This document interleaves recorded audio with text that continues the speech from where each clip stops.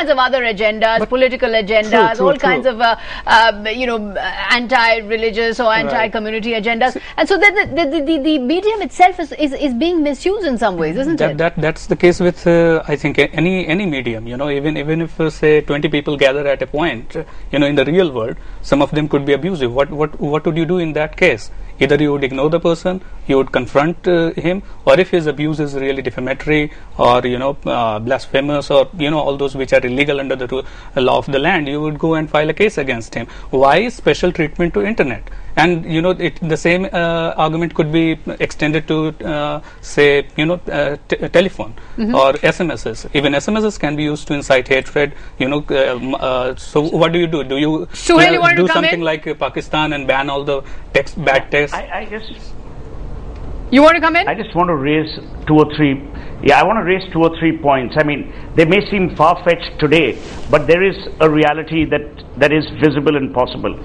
What if I'm an enemy state of India, and I believe that it is no point hurling nuclear arsenal, but instead I launch a vicious propaganda attack fueled by the absolute democracy and rightful democracy that the internet guarantees me. I could set up an IP address in Gibraltar where no Indian law, has any level of tutelage. And I could then launch a war which does 3 things. One is it divides my country, which is India. It creates polarization, which leads to hatred, which then leads to violence. And the third, it creates a pernicious information war, which destroys the sanctity of everything I hold true and valid. What happens then? So it's not about censorship. That's a separate. No, 1 minute here. 1 minute. Let me finish. I didn't interrupt this gentleman, so let me finish.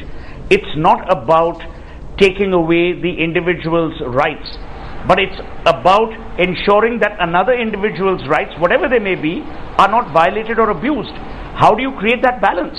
Now, when he talks about 20 people gathering, that is a valid point. When he talks about television and newspapers, they are self-governed, they are self-regulated. You have a Press Council of India, you have the News Broadcasting Association of India. So I'm not therefore saying please set up an Internet Providers Association of India. But the point I'm making is, what happens if such a thing takes place?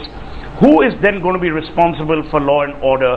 Who is going to be responsible for preserving the sanctity of what one set of citizens believes qua the others? Pavan Duggal, should there be a watchdog committee? Sue is making the point that there cannot be any kind of media or any kind of forum which is completely unregulated. The media, we are all under regulation. Every form of interaction is under regulation in a democracy. Those are the limits of freedom that we all adhere to. Now, should there be a watchdog committee, something that doesn't monitor, but to which complaints can be made, to which can enter into a dialogue process with the service providers? Is there any kind of committee or body or agency that needs to be set up, or do you believe the law is enough? No, I think such kind of a committee can definitely be set up.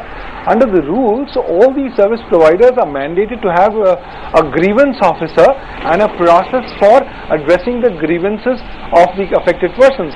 Now, the problem that's arising is different. These companies say we are governed by different law, we will not abide by our law, and we will determine what is the adequacy of the material and whether at all it is in violation of free speech or it is in violation of some other law in some other land. I think that's where the problem is. At no point of time can service providers be allowed to show their thumbs to the government and said we continue to be operative in the territorial boundaries of India. So I think this committee is important, but more importantly, definitive action by the government is very important. Look, not a single cybercrime conviction pertaining to social media in India till date. Are you trying to say that there is no violation happening on social media? Definitely it's happening. But have you taken action? None. The system is just a paper dog system. Very good point. We need to strengthen the system. So Pavan Duggal, you're actually saying that the government should, in some ways, crack the whip, and the law should actually convict some of those offenders. No. You're saying. No, but Shagarika, what Pavan is saying is something even more. What Pavan is saying is something even more material. That if your existing laws do exist, as he says they do, and he's the expert, and you have such crimes being committed or such violations of that law, would taking action then also be seen as censorship? Would that also be seen as stymieing public opinion? Would that also be seen as going against the grain of the essential freedom that the internet guarantees? And this is only the tip of the iceberg. No way. Tomorrow, corporate battles and corporate rivalry and corporate snooping is going to be done through social media. What will you do then? If you then try and pillory the stock markets, if you then try and do stuff and create runs on banks, where will this all stop? So therefore, no one is suggesting that there be censorship. All one is suggesting is that there should be responsibility. Responsibility, some sort of watchdog, some sort of monitor.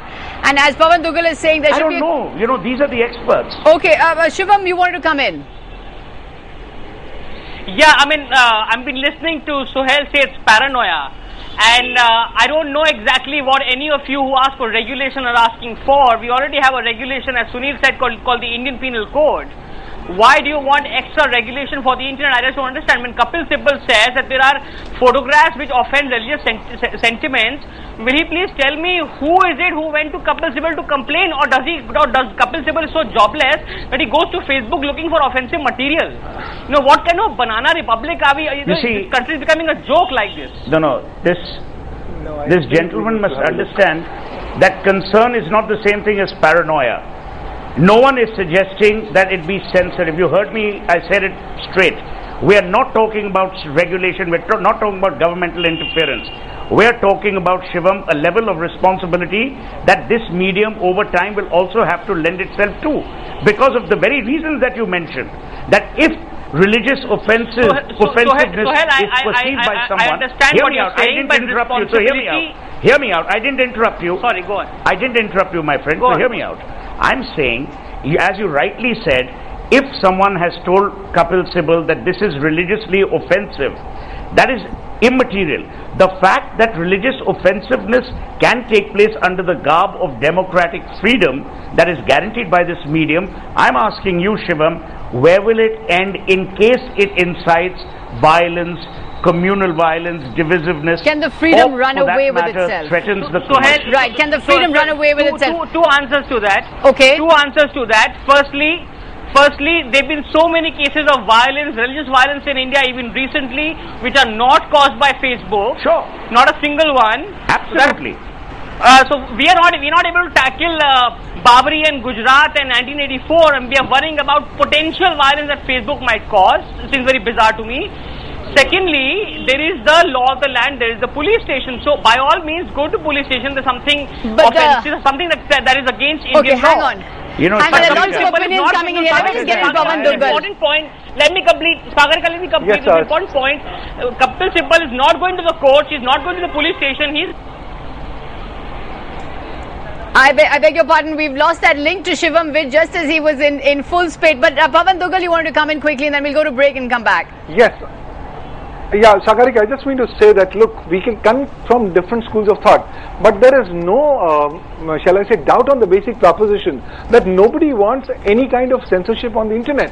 And freedom of speech and expression should be a fundamental salient feature of this new paradigm. Right. Now, having said that, government should not be allowed to come through back doors through amorphous That's a very good point. And mechanisms. That's a very good point. There should be above-board mechanisms, above-board systems, and if those above-board systems are not put in place, then the government will only go to the back door and arm twist the service providers. Let's take a short break and come back.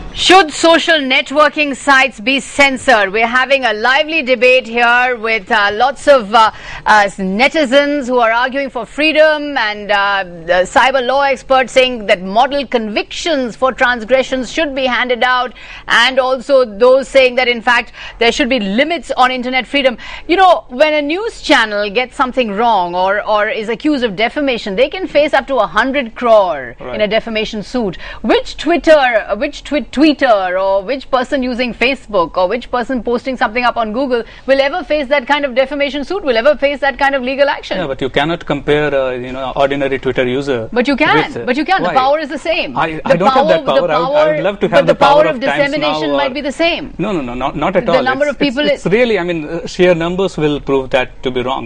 They cannot be compared. But at the same time, the potential for character association. Let me Sagar, somebody has been sued for 200 crores for writing something on Twitter. You might want to find that out. Right, and, okay. And people right. Yes, Suhail, you're smiling. Can I just add here, Sagarika? Yes, Suhail, you are smiling over there. Right. So the law is same for everyone, whether for a news channel, whether for a Twitter user or a Facebook user. The law is same. If somebody wants to file a defamation. But is the law the same, Shivam Vij? Is the law the same? The fact is, media organizations are held to much higher standards than social media is. Let's face it. Social media can get away. Tell me Social media can get away with the kind of remarks, the kind of statements that a mainstream journalist would never be able to get away with. That's an assumption. Go and sue Sagarika, let me throw it back to you and ask, why are you resisting being under Press Council of India? Why are we resisting? We're certainly not resisting. We believe we're one of the channels who believe in regulation. We believe certainly we believe in regulation. Kaju wants TV media to be under Press Council and TV. This is not about television media. Why are you so anxious not to be regulated? I'm just throwing the ball back in your court. We are regulated by the law of the land. But then the media could say the same thing, right? The media could say the same thing. The journalists could say that we are also regulated by the law of the land. We don't need any special law. IPC 499 defamation applies to you, it applies to me. But does it apply to you? Let me begin. Applies to you, applies to me. Incitement to violence applies to you, it applies to me. Does it apply to you, Shivam? What's the difference? Does it apply to you? Doesn't social media get away with much more than mainstream media? No, not at all. Not at all. So many FIRs are filed. Have FIRs in fact been filed? People have been arrested for making fake profiles of political leaders. People have been arrested for making fake profiles. I don't know if they have been convicted by court, but they have been arrested for making fake profiles. Also, sort of things have happened. So the law is there. Somebody rightly or wrongly has to go after some Twitter or Facebook user and make it if people abroad have lost their jobs, they have been convicted for writing defamatory stuff. In India also, a lot of bloggers and Twitter users have got into trouble for writing something that Okay, so let's put that to Pawan Dugal. Pawan, in fact, faking news here is saying that I'm calling you faking news, but Rahul, he is Mr. Faking News. We're very familiar with him on Twitter. He's saying that in fact people have been proceeded against, people have been arrested, FIRs have been filed against those who are abusing social media. Yes, they have been, but please let's look at the figures. There is not a single conviction. So where is the trust of the people going to come to? And let me come to the first point. The law is blind. It does not make a distinction between a television channel which is beaming out some content and a Twitter or a Twitter user or a Facebook user who's also a broadcaster.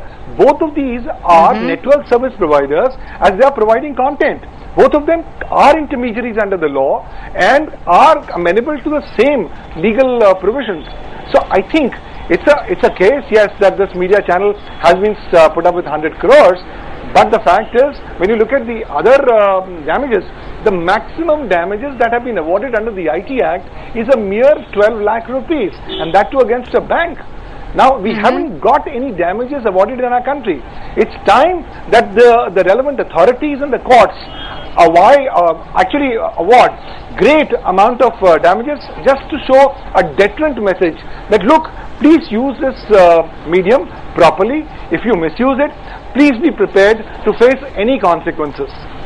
So if I Suhail, let me also put to you the question about the role that the social media plays. Many would say that you can actually be much freer on the social media than you are on mainstream media. You can be more provocative. I think are you, for example, someone who's provocative on Twitter and feel that you can say things on Twitter that you couldn't say perhaps in a television program or in print?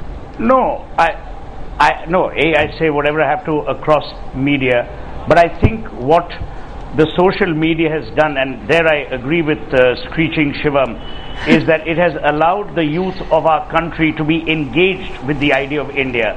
And it's a tribute to how engaged the young of this country are today, and that is thanks to social media. I'm also delighted at the positive contributory role that social media has played in our country. Whether it is the same tweeters who actually tell people, please don't spread rumors, nothing of this kind has happened, or please donate blood, or please rush to this particular place, or even simple things like traffic snarl-ups.